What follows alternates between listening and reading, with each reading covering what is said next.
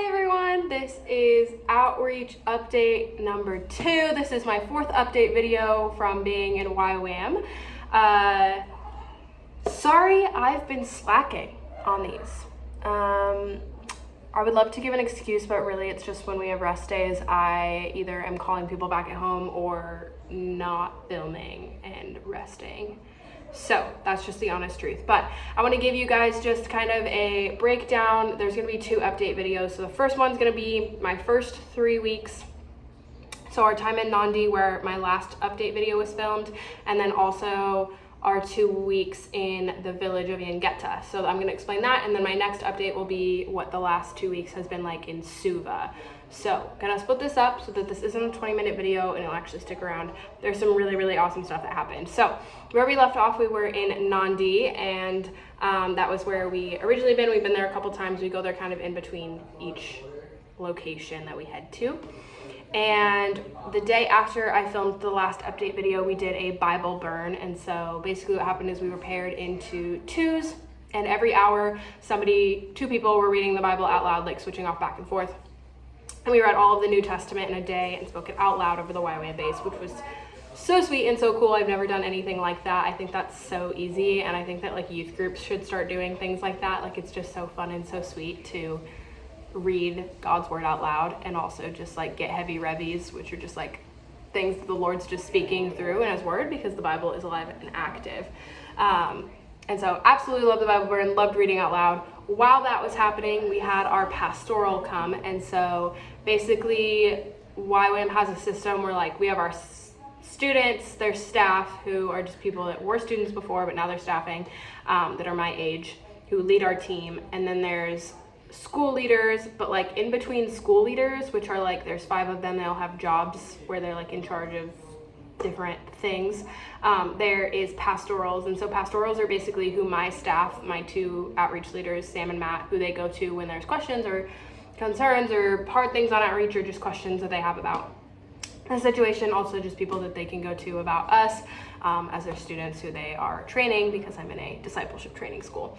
And so Elliot actually came out, his name's Elliot, he came out and hung out with us in Nandi for a couple days, which was so sweet. We got to have one-on-ones with him. I got to do a 2-on-1. Me and Bethany and I got to do a meeting with him, just kind of about how we're doing, things we're proud of, things we still want to work on, team dynamic, things like that. And then we usually get feedback from him on what our team can do better, and our team does really well. We're actually all friends, which is so fun, and we all get along really well. So there wasn't like a whole lot of there wasn't drama with that, which praise the Lord that my team is pals and friends and that we love each other. It's literally one of my biggest praises that I could ever have, is that I'm genuinely on an outreach team with people who I would consider friends and family and want to do life with them forever and ever. It's so fun. So we did that, and then we actually decided to extend our stay in Nandi because we wanted to partner with the YWAM base, and they had this building that was already up but wasn't really finished, and a guy named Joseph was living there, and we wanted to kind of fix it up for him. But also there were a lot of other YWAM teams coming to stay at this base that were doing outreach in Fiji. So there are DTSs and schools all over the world. So mine was in Kona, but there are teams from like New Zealand, Australia, all over the world. Those are the 2 teams that came and hung out with us while we were there. Also YWAM ships. And so we needed to finish this building and actually make it like livable so that we could put beds in it and that it would just look like finished, because it hadn't been finished yet, because there's only like 5 people that live on the YWAM base full time. And this YWAM base is currently not actually running DTSs because it's just not ready. It's not livable quite yet. And so we wanted to partner with them. And so we did. And so we got to do kind of some construction projects, which was super up my alley, because I've been to Guatemala 3 times to do kind of construction-y projects. Like those mission trips that I went to were not like evangelism based. They were like project based. And so honestly I was kind of in my element, but it was very different because we've been doing like the preaching and teaching and evangelizing on the streets, and so this was just like a little bit different. So we got to do some painting, we got to put up a wall, we got to just like deep clean the bathroom, We put up some like side paneling on the roof. Don't ask me, I don't know, because I don't actually know construction terms.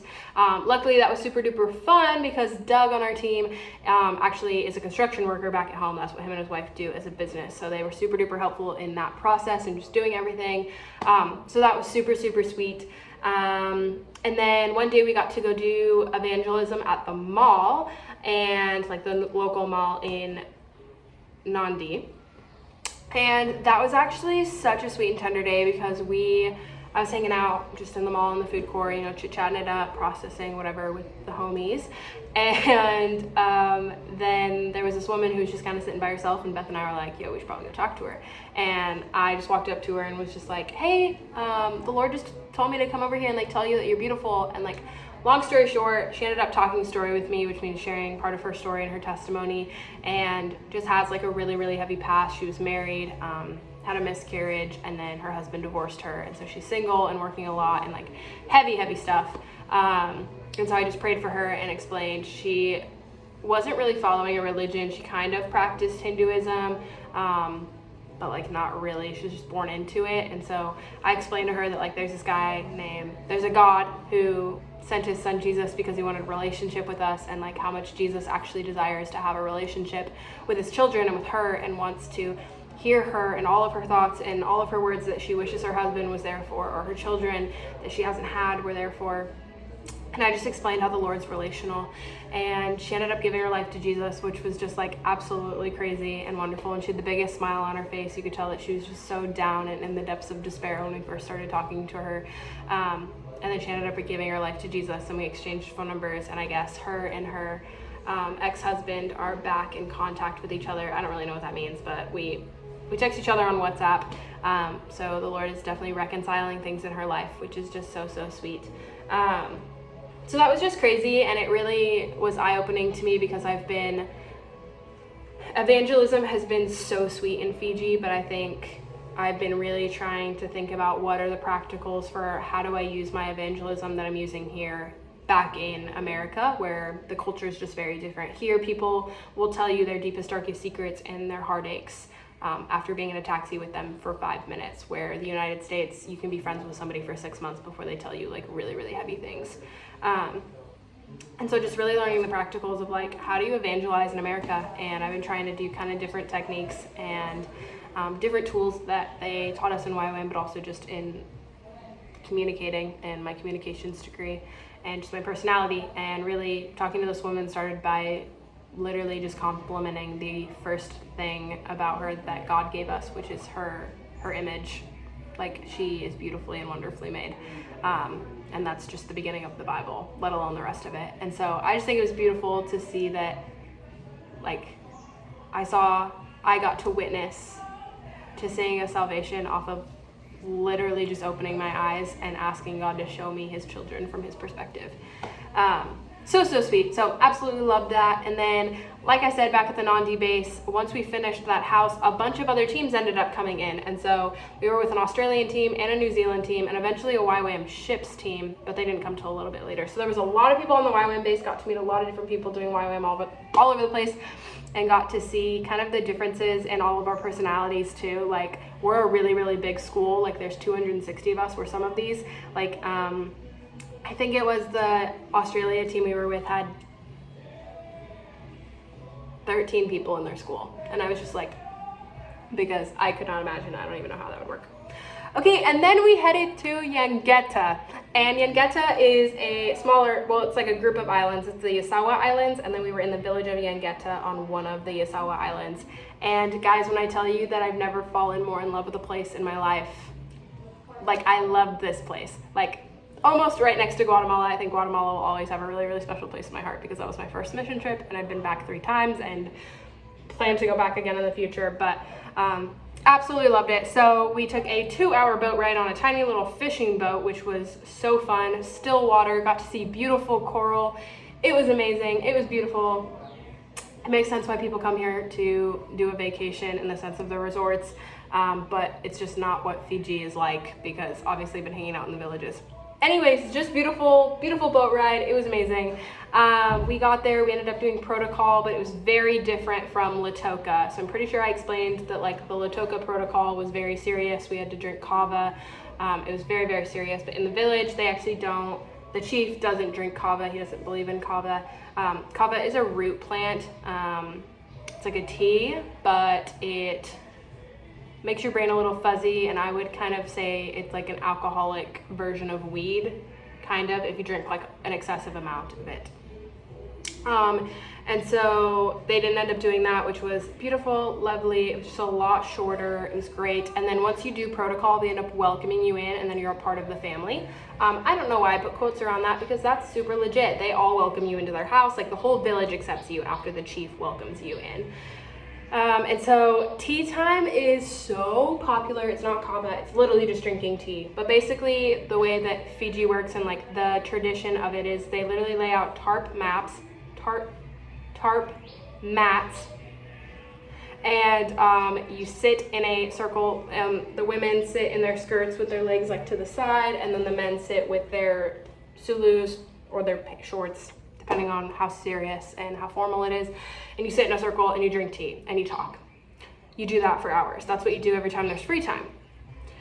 It was new and it was different, and we all need to work on our hip flexors and our knees, because we do not sit crisscross applesauce in the United States a lot. It's crazy. Living conditions. The girls slept on the floor on a mat inside. No AC. Had a bug net around them. Mosquito coil. Not great, but we're grateful because we're missionaries. The boys all slept in hammocks on the beach. Doug and Sandy, who are the married couple on my team, they slept in a hammock on the beach, and then your girl also had a hammock, so I slept in a hammock on the beach. The other girls did not have hammocks. Super unfortunate, but they loved it, and it was actually really, really sweet for them to all sleep in their little princess cage, princess palace, with their little bug net. It was super cute. We took bucket showers. It was actually so much fun. We only showered like 2 or 3 times in 10 days because they have water shortage. They count on rainwater. So just very, very different. Using buckets to flush your toilet. It was fun. It was so fun. Showered really just in the ocean. It was lovely. It was awesome. We did have electricity. We had water most of the time. It was good. It was a really, really good situation. Things that we did while we were there. So we were only going to be there for 10 days. We got to attend a funeral for the village. Somebody had passed away right before we came, and so they were throwing a funeral, and we got invited to it. Basically in the village, if there's a funeral or somebody dies or there's somebody's birthday party, the whole village joins, and the village is about 300 people. So everybody, like the whole village was like feasting this day together, drinking tea together. It was like a whole thing. We got to actually attend the funeral itself and then also the burial. This was a little bit awkward because it was like our 2nd or 3rd day there, and we just didn't really know the culture. And like in America, grieving is obviously like super personal, I think. We're just personal people, cold culture, and that's just not how it is in Fiji. So we got to attend a funeral. We also got to go to a rugby game where the islands, they're like, from my perspective, they're like high school teams were competing on one island. So we got to go to another island. We ended up going to a total of 3 smaller islands in the Isawas. Got to see them compete, super fun. I got to dance on the field because you know me, I'm always dancing, I'm always bopping to a good groove. So that was super duper fun. We got to speak at church.